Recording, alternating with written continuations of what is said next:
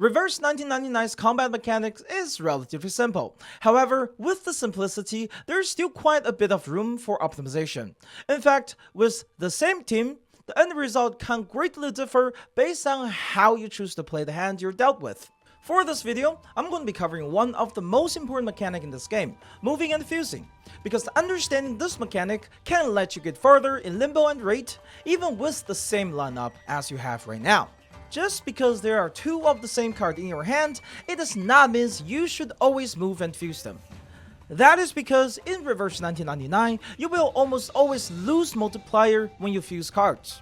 Let's use Sweetheart Stud as an example, since it's one of the simplest incantation. At rank 1, it will deal 200% reality damage. However, at rank 2, it will only deal 300% reality damage, which is a 25% damage loss compared to if you just use 2 cards at rank 1 instead. And at rank 3, it deals 500% reality damage. That is like 16.6% damage loss versus 2 rank 2 cards and 37.5% damage loss against 4 rank 1 cards. From just the damage perspective, it's never worth using action point to move cards just so you can fuse them. Instead, using 2 card flat will almost always provide more damage overall.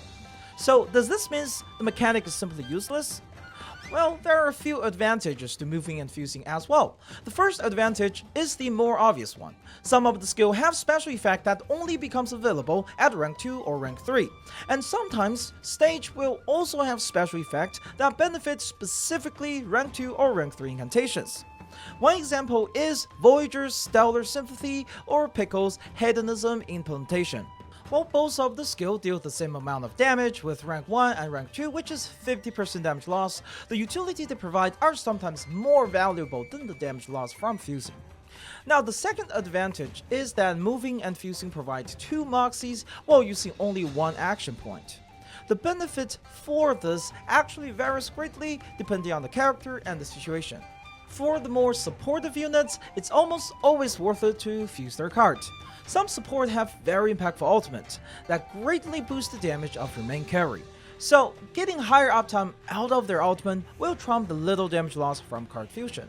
Also, the effect of some support cards will not stack, so increasing its power will always be the optimal play anyway.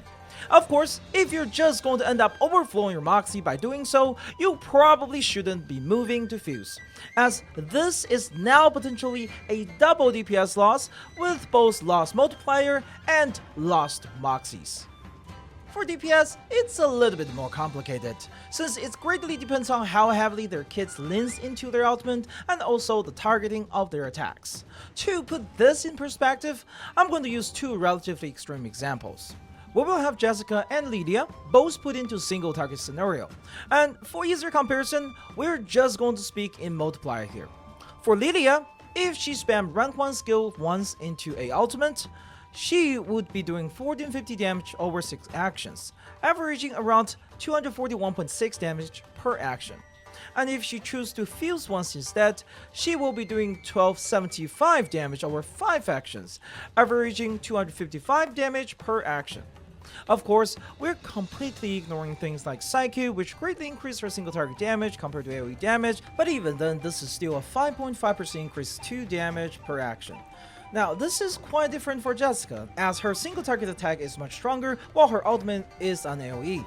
We're going to assume an average case where every single attack is hitting the enemy with 2 stack of poison, which means that her single target attack hits 240 damage at rank 1 and 360 at rank 2.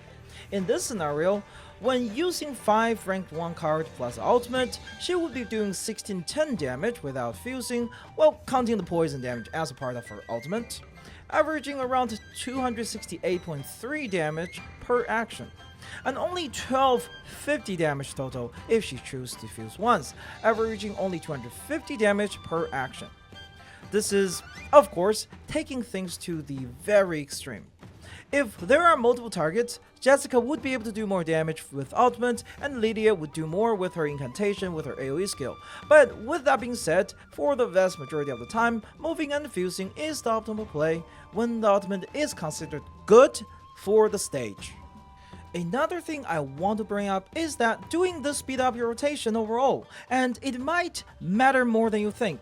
For Limbo, being able to speed up your rotation can mean the difference between 2 ultimate or 3 ultimate within the 12 turn limit. And for Main's Bulletin, you'll almost always want to synchronize your burst with your support's massive buffs. Plus, sometimes you will have limited DPS window based on stages mechanic, which make action point outside of the DPS window even less valuable. Now the one last thing I want to talk about is auto-fusion. Most of the time, if the dex and the rotation allows, it's usually good to get auto-fusion out, since now you're not losing an action point on moving, plus you still get that 1 free Moxie and rank 2 card. So unless the card in between is really bad, it's good to just use them up and trigger auto-fusion instead of moving and fusing. Unless you want the bonus Moxie from the moving to go over to the DPS anyway, of course. To reiterate, in Main's Bulletin, moving and fusing can speed up your rotation and will end up giving you higher score if you're playing burst. And in Limbo, this can mean more ultimate within 12 turns. However, moving and fusing will always be a DPS loss to the card itself. This means you will need to weigh up if the bonus Moxie is worth it. For DPS, it's usually only worth it if the ultimate is considered good for the content, aka single target ultimate for single target stage and AoE ultimate for AoE stages. But regardless of how good the ultimate is, never move and fuse damage card if you can't benefit from the bonus Moxie itself. That's just a pure DPS loss and a waste of actions. Hopefully this information will become useful in your future gameplays, especially in Limbo and Main's Bulletin. This has been SteamBunX, thanks for watching, and I'll see you in the next video.